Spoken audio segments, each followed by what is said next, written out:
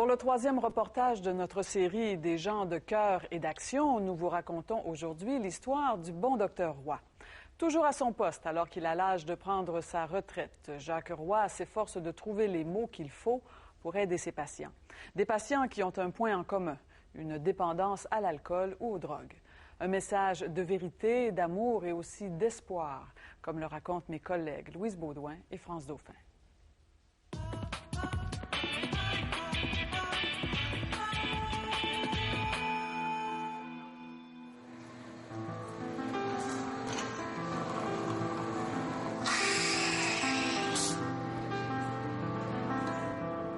Bonjour, je vais vous parler du docteur Roy.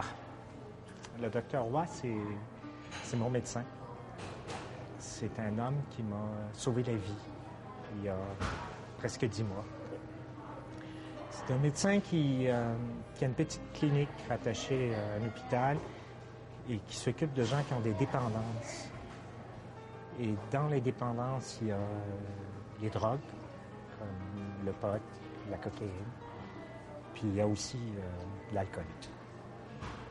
Et moi, j'avais un gros problème d'alcool.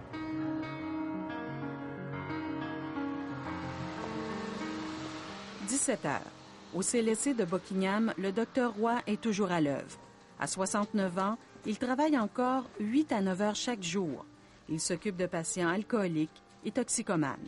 Je marche avec eux autres le long de la route et j'essaye de leur montrer le chemin, comment revenir sur la route, OK? Et avec différents instruments, on les guide et aussi on les aide à prendre des décisions dans leur vie. Le problème avec les alcooliques et drogués, c'est qu'ils se sont comptés des menteries tellement souvent à eux-mêmes et aux autres. D'ailleurs, en France, l'alcoolisme est appelé la maladie du menteur. C'est exactement ça. Bonjour, docteur Roy. Bienvenue. Oui, très bien. Jacques H. Roy vient d'un milieu humble, près de la chute. Dans les années 50, il s'enrôle dans l'armée qui paie ses études de médecine. Je me sens un devoir aujourd'hui de redonner à la société ce que la société m'a donné. Et étant donné que dans mon environnement ici, il n'y a pas grand médecin, techniquement, il n'y en a pas qui veulent faire le travail que je fais. Donc, c'est pour ça que je me laisse aller à continuer à travailler. L'armée encore m'a envoyé au Addiction Research Foundation à Toronto. C'est aussi l'armée qui fait de lui un spécialiste canadien en toxicomanie. Ce sont des gens qui ont une maladie d'émotion.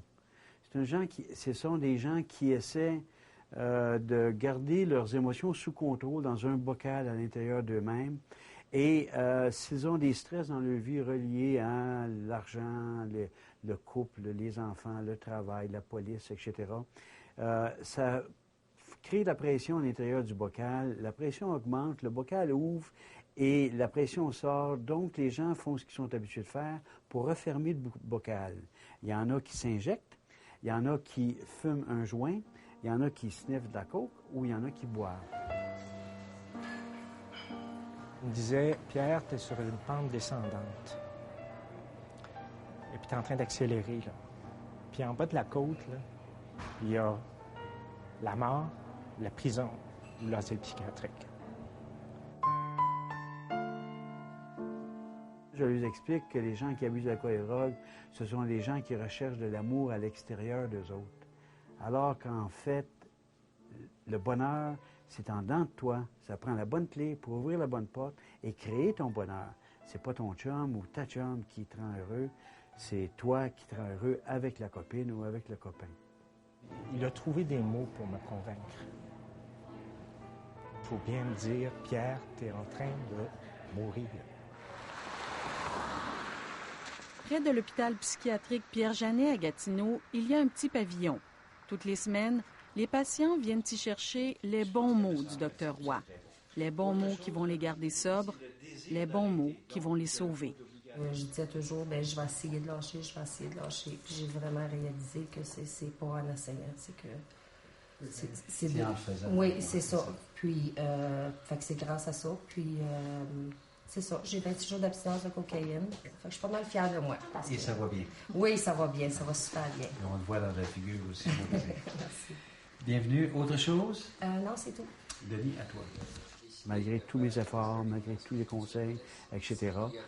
Donc, contrairement à ce que vous disiez tout à l'heure, je les sauve pas tous, là, mais je garde l'espoir que je peux leur transmettre l'espoir qu'ils peuvent s'en tirer. Et j'ai beaucoup de satisfaction de les voir se reprendre en main et recommencer une vie active. Je veux pas retourner d'où je viens, moi, parce que je le sais, là, pourquoi je suis ici, là? Je suis à Pierre-Jeunesse parce que l'année passée, là, j'ai eu une tentative de suicide qui a été vraiment... Puis moi, le prochain coup, ça sera pas une tentative de suicide qui va arriver si je vais vraiment me tirer pour de vrai, tu sais. Fait que c'est comme...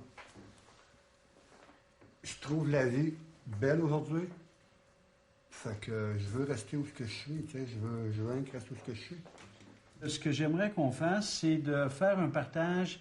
Qu'est-ce que moi, je fais face à la période des fêtes en ce qui concerne ne pas rechuter dans mon problème d'alcool ou de drogue. Et deuxièmement, quels sont mes outils que je vais me servir. J'ai peur de Noël. C'est une période où il y a beaucoup d'alcool, puis ça a été dans mon cas, en tout cas, ça a toujours été associé à beaucoup de consommation, la période des fêtes.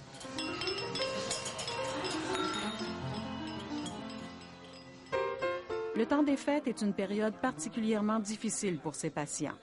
Dr Roy demeure disponible pour prévenir les rechutes.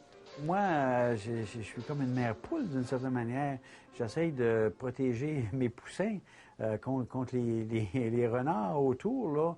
Donc, j'essaye de prévenir un petit peu quels vont être les stress que ces gens-là vont avoir. Les journées sont longues à tenir le fort. Moi, j'ai mis beaucoup de temps, c'est une chose que j'ai pas dit. J'ai mis au moins 2 ans avant de vraiment me prendre en main. Voir la lumière, comme dit le docteur Roy. J'ai mis beaucoup de temps, mais il ne m'a jamais lâché là-dedans.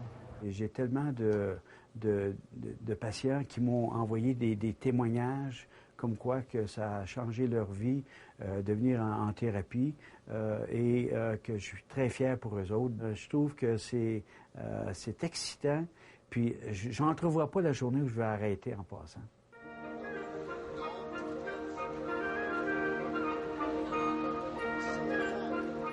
C'est pour ça que Pierre Bergeron a voulu rendre hommage à son médecin. Ouais, ça me pogne au cœur. Je vais vous dire, je suis très dévoué dans mon travail, puis c'est sûr que je fais le maximum pour ma clientèle. Ça m'a fait chaud au cœur d'avoir été choisi. J'ai pas consommé depuis 290 jours.